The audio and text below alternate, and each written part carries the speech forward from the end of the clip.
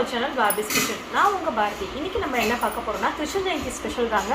So Krishna ஜெயந்திக்கு வந்து நான் இன்னைக்கு வந்து அரிசி மாவு அரைக்க போறேன். சோ நான் இந்த வீடியோல வந்து அரிசி மாவு எப்படி அரைக்கிறதுன்ற வீடியோ தான் இன்னைக்கு போட போறேன். சோ இந்த மாவு வச்சு நம்ம எல்லா பலகாரமும் வீட்ல கொஞ்சம் கொஞ்சம் எப்படி செஞ்சுக்கலாம்னு. சோ இத வந்து நான் இன்னைக்கு மாவு மில்ல கொடுத்து அரைக்க போறேன். சப்போஸ் நீங்க வீட்ல அரைச்சிக்கணும்னா நீங்க வீட்லயே வந்து போட்டு கூட இந்த மிக்ஸில அரைச்சிக்கலாம். மேலே ஐகார்டில் வந்து சிகப்பரிசி புட்டு எப்படி செய்கிறதுன்னு வீடியோ போட்டிருக்கேன். நான் அங்கே ஐகார்டில் கொடுக்குறேன், நீங்கள் அதை போய் செக் பண்ணுங்கள். டிஸ்கிரிப்ஷன் லிங்க் கொடுக்குறேன்.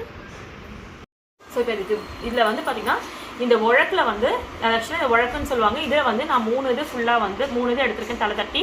ஸோ 3 இது வந்து அரிசி எடுத்திருக்கேன். ஸோ நீங்கள் வந்து கடையில் பச்சரிசி வந்து மாவு பச்சரிசின்னு வாங்கிக்கோங்க. அப்படி இல்லைனா நீங்கள் ரேஷன் இருந்த அரிசியை நீங்கள் யூஸ் பண்ணிக்கலாம். ஸோ நான் இன்றைக்கி யூஸ் பண்ணிட்டு ரேஷன் அரிசி தான், நல்லாவே இருக்குது. ஸோ அதனால நல்லா 3-4 வாட்டி கழுவி வாஷ் பண்ணிவிட்டு நான் நல்லா ஒரு 1.5 to 2 மணி நேரத்துக்கு நான் ஊற வைக்க போகிறேன். ஸோ இது மாவு மில்லில் அரைக்கிறதுனால நான் இப்போ என்ன பண்ணுறேன்னா, ஸோ இதை வந்து நான் இதில் வந்து ஒரு 1.25 போட்டு தனியாக நான் இதை ஊற வச்சுக்கிறேன். ஏன்னா நம்ம மாவு மில்லில் வந்து அவங்க வந்து அரிசி வந்து வேறு எதனா போட்டு அரைச்சிருப்பாங்க.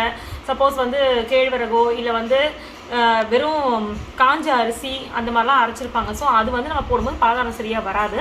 ஸோ அதனால என்ன பண்ணுறோம், நம்ம வீட்லேயே ஒரு இது இந்த இதில் வந்து 1 போட்டு தனியாக ஊற வச்சுக்கலாம். நம்ம இதுவுமே வந்து நம்ம யூஸ் பண்ணிக்கலாம், இது வேஸ்ட்டாக போகிறது கிடையாது.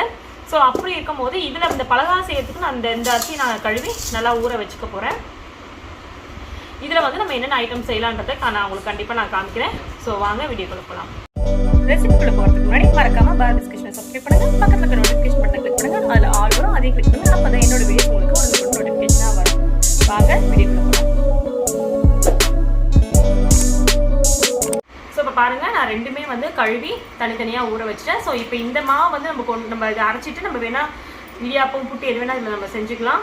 ஸோ இந்த இதில் வந்து நம்ம பலகாரம் சேர்த்துக்கு யூஸ் பண்ணிக்கலாம். முறுக்கு, சீடை, தட்டை என்னென்ன வேணுமோ அதெல்லாம் நம்ம இதை செஞ்சு எடுத்துக்கலாம். ஸோ இப்போ இது வந்து ஊறட்டும். இது ஒரு 2 hours கழிச்சு நம்ம வந்து என்ன பண்ணுறதுன்னு பார்ப்போம்.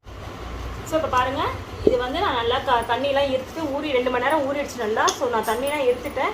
ஸோ இப்போ இதை வந்து நம்ம இந்த மாதிரி ஒரு உங்களுக்கு வெள்ளை பேஸ்ட் இருந்ததுன்னா நீங்கள் வெள்ளை பேஸ்ட்டில் போடலாம். கலராக இருந்தால் நல்லா அது சாயம் போகாத இருந்துச்சுன்னா நம்ம அதை யூஸ் பண்ணிக்கலாம்.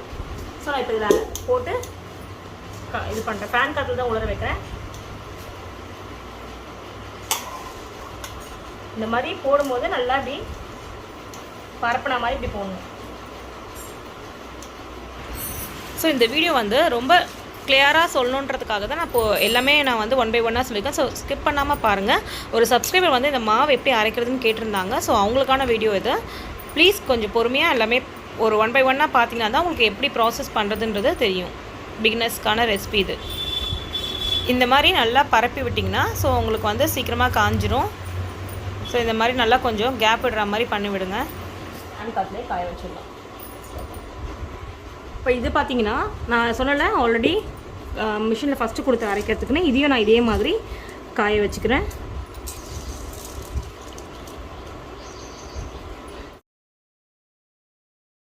ஸோ இந்த மாவு வந்து நம்ம வேஸ்ட் பண்ண போகிறதில்ல, பலகாரம் செய்கிறோன்றதுக்காக நம்ம மில்ல கொடுக்குறனால தான் முன்னாடி இந்த மாதிரி நம்ம போட்டு எடுக்கிறோம். ஸோ இந்த மாவில் வந்து நம்ம வறுத்துட்டு இடியாப்பம் செய்யலாம், பால் கொழுக்கட்டை செய்யலாம், அதுக்கப்புறம் கொழுக்கட்டை செய்யணும், பூர்ண கொழுக்கட்டெலாம் செய்கிற மாதிரி இருந்தால் நம்ம இதை வந்து அவிச்சிட்டு செய்யலாம் வறுக்காமல். ஸோ இதுவும் நம்மளுக்கு யூஸ்ஃபுல்லானது தான். இப்போ பாருங்கள், நல்லா வந்து ஒரு 1/2 hourலேருந்து 3/4 மணி நேரத்தில் நல்லாவே இந்த அரிசி நல்லா ஃபேன் காற்றுல காஞ்சிருச்சு. இது நம்ம ஈரம் வந்து ஃபுல்லாக காயலை, பட் ஈரம் இந்த அரிசியில் இருக்குது. பட் தொட்டால் லைட்டாக கையில் ஒட்டினா போதும், ரொம்ப ஒட்டணும்னு அவசியம் இல்லை, ஈரம் இருக்கணும்னு அவசியம் இல்லை. இப்போ நம்ம இதை வந்து மாவு மில்லில் கொடுத்து நம்ம அரைச்சி எடுத்துகிட்டு வந்துடலாம்.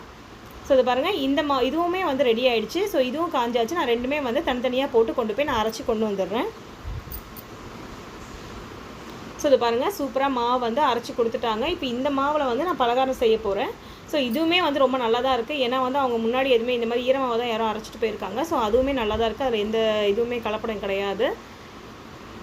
ஸோ இப்போ இந்த மாவை வந்து நம்ம வந்து அப்படியே வச்சுனா பூர்ணம் பிடிச்சி போயிடும், இல்லை ஊசின ஸ்மெல் வந்துடும். ஸோ உங்களுக்கு ஈரமாவு அப்படியே வேணும்னா நம்ம அப்படியே எடுத்து ஃப்ரிட்ஜில் வச்சுக்கலாம்.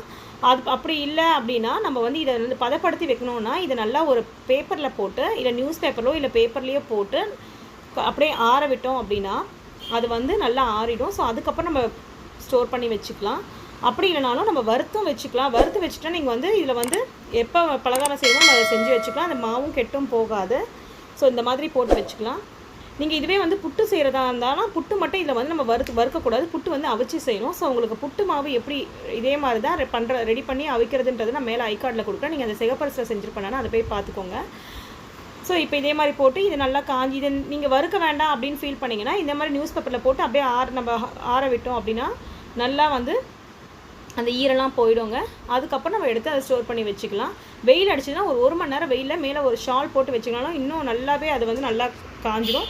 ஸோ முறுக்கு செய்கிறதா இருந்தாலும் சரி இதை நம்ம அப்படியே எடுத்து போட்டு சலிச்சுட்டு செய்யலாம். ஸோ முறுக்கு ரெசிபி நான் ஆல்ரெடி போட்டிருக்கேன். நான் இந்த மாதிரி தான் மாவு அரைச்சிட்டு வந்து சலிச்சு அப்படியே செஞ்சது. நான் அதை வறுக்கலாம் இல்லை.